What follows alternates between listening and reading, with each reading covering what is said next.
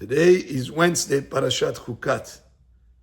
In the Parashah of this week, Og Melech Bashan, Og was the king of Bashan, comes towards Am Yisrael, U vechol amo, him and all his nation, la milchama, to come make war against them. And then, next pasuk, Vayomer Hashem el Moshe, and Hashem tells Moshe, Al tiraoto, do not fear him. Ki biyadecha natati oto, for I have given him and his people and his land into your hands. The question is asked, why would Moshe be afraid of him? To the extent that Hashem will have to tell him, don't be afraid of Og. After all, Moshe saw the great miracles in Egypt, in the parting of the Red Sea, in the war against Amalek. There was enough track record where for sure Hashem will take care of this situation with Og that comes towards them to wage a war.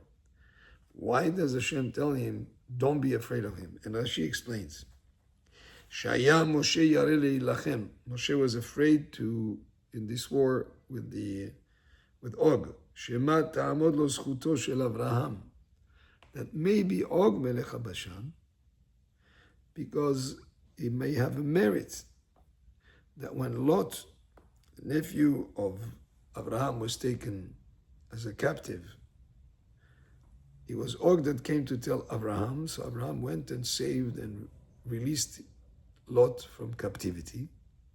Since Og Melech Bashan, many years earlier, had done this chesed, this act of kindness, to tell Abraham about Lot needing to be rescued, that act of kindness may be such a merit that it will protect Og in the war against Am Yisrael.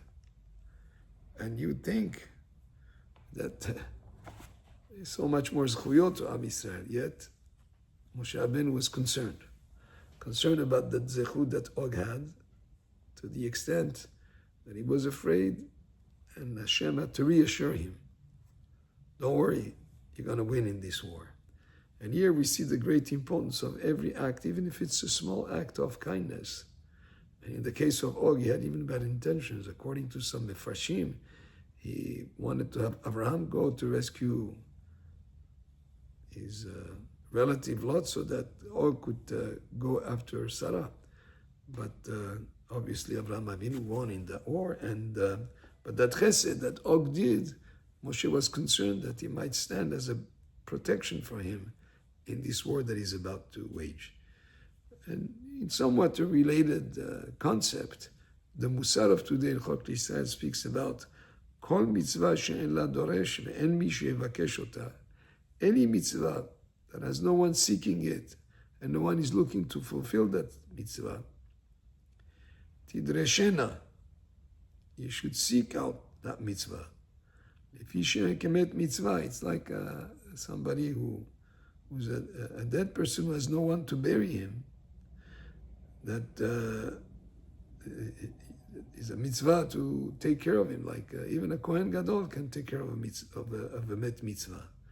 So the way that's a mitzvah has no one that's seeking it, you should seek it to do it, because that mitzvah, as unimportant as it might seem on the surface of it, in the big picture, every mitzvah that Hashem gave us has importance and should be dealt with and should be taken care of.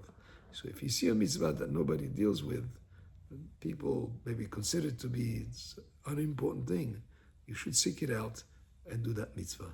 So here we learn this parasha, the importance of even a small chesed, and even a mitzvah that would seem maybe unimportant in the scheme of things, it has importance in the world to bring benefit and merit. Baruch Adonai le'olam, amen ve'amen.